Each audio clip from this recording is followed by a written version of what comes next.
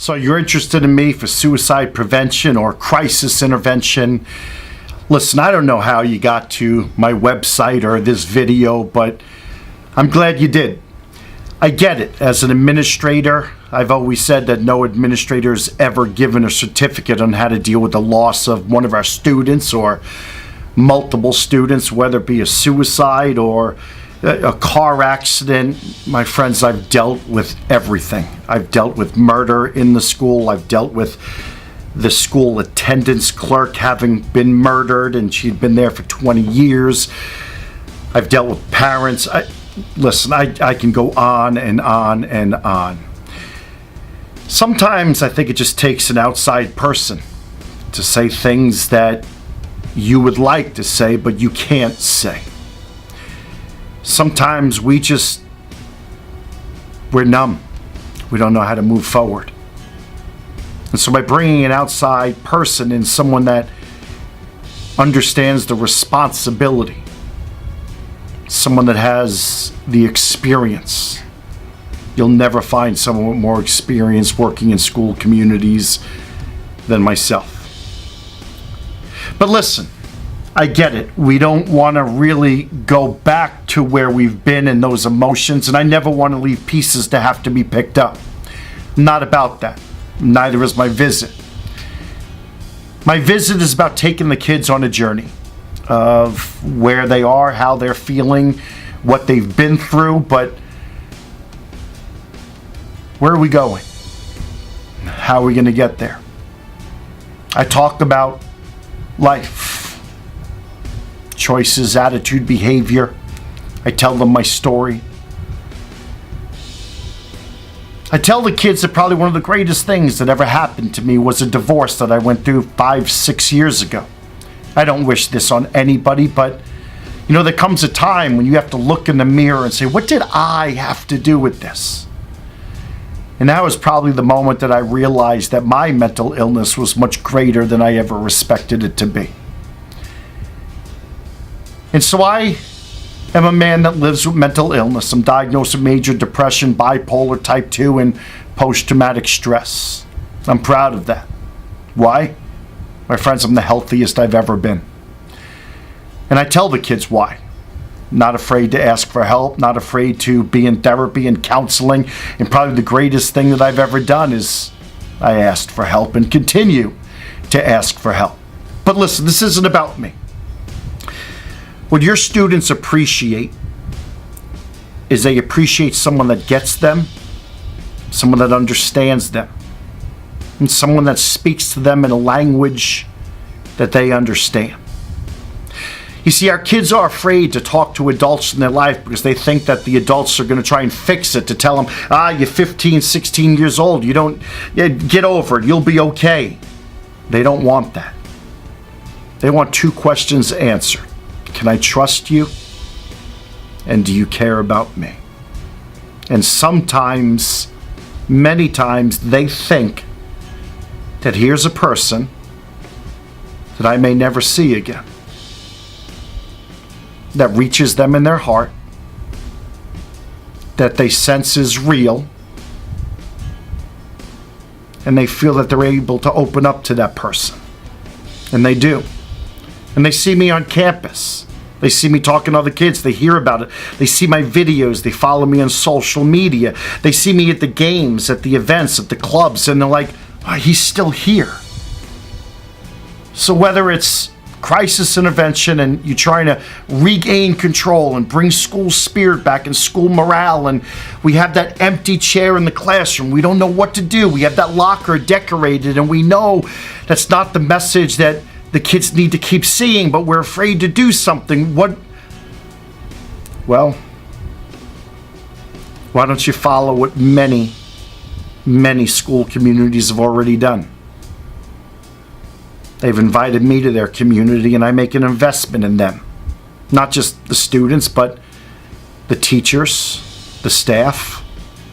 I bring in energy. I bring about an awareness. I bring hope to the hopeless. It's a 15-hour day, sometimes 2 days, sometimes 3 days. Well, Jeff, parents and community, they never show up. Well, they show up when I come. I mean, not all of them, yeah, I get it. But after I talk, I spend the day, the kids are texting the parents, "Mom, Dad, you got to come listen to this guy." You know, usually those that come are not the ones you need to talk to. You know that. But we have a responsibility that if we're going to talk about teen mental health and teen suicide, then we have a responsibility to talk to their parents.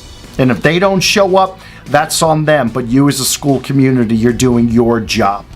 We're protecting our kids. And I'll tell you something, I think the more we're talking about it, the more we're silencing the stigma. So I think it's important that we have to start being proactive. And if you haven't had a suicide, I think it's important to start looking at bringing mental health and mindfulness and learning how to deal with our stress and our anxieties. We need to start bringing that on campus. Nobody has my experience. I tell my story. I bring hope to the hopeless.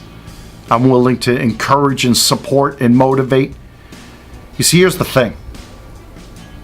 Every night, 1 out of 300 kids goes to bed thinking about making that forever decision. You don't ever want that to be one of your kids. And you don't ever want that to be one of your kids that makes a forever decision in the school building.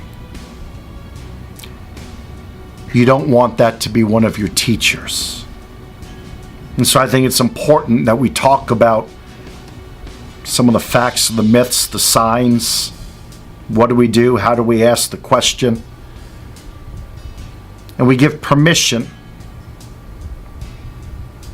to talk about it. And that it's okay to ask for help. And we inspire the teachers to be that trusted adult. That a student knows that if they're hurting, they can reach out to that trusted teacher that they love and respect and whose opinions they value. Last year we had over 160,000 teenagers rush to the emergency room with a failed suicide attempt. Of those 160,000, probably 35% of them will try and succeed. You see, I don't think young people want to die. I think there's 2 reasons, and if you watch my TED Talk, you'd know. I think there's 2 reasons that they want to make that forever decision. We need to talk about that. We also need to understand that our schools have become a place where we need to do more with less. And we need to inspire our kids more. Because we teach young people, the subject area is second. And some of the greatest influences that are in their life that will teach them to be good, productive young men and women are the ones that greet them every single day as they walk through their doors.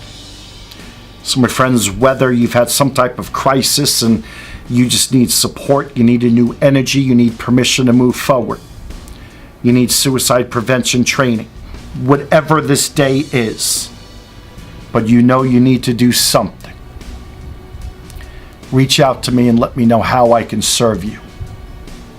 I guarantee you, we will touch hearts, we will change lives, and your school community will thank you for bringing me in. So whatever I can do to be a part of your staff, to influence, inspire, and encourage your kids, you let me know and I'll be there as soon as we make a date. Contact Betty. Betty at jeffyalden.com. Call her immediately. 1-800-948-9289. If you want to talk to me personally, you call me, you text me, you email me. My cell phone is 603-321-5644. And my email is jeff@jeffyalden.com. I'll do whatever I can to help your school community and to give your kids hope. And we will move forward. Thanks, my friends.